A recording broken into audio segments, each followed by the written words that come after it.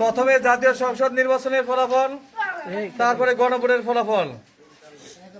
1, Jamal Ahmed Chowdhury football, মোট 36 vote পেয়েছেন। 2, তাজুল ইসলাম রিক্সা প্রতীক নিয়ে 95 ভোট পেয়েছেন। 3, তাহমিনা আক্তার আপেল প্রতীক নিয়ে 7 ভোট পেয়েছেন।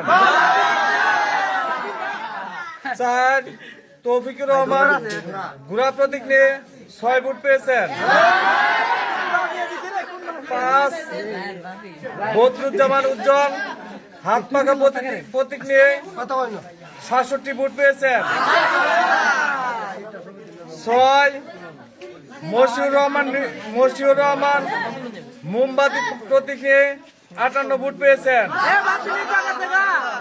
7, মোহাম্মদ পনির হোসেন মাইক প্রতীক নিয়ে 368 ভোট পেয়েছেন। মেহরুন্নেসা খান হেনা লাঙ্গল প্রতীক নিয়ে 4 ভোট পেয়েছেন।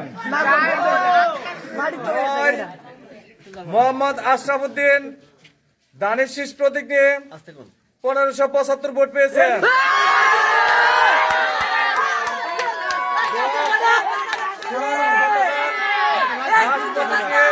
16 ভোট পেয়েছেন।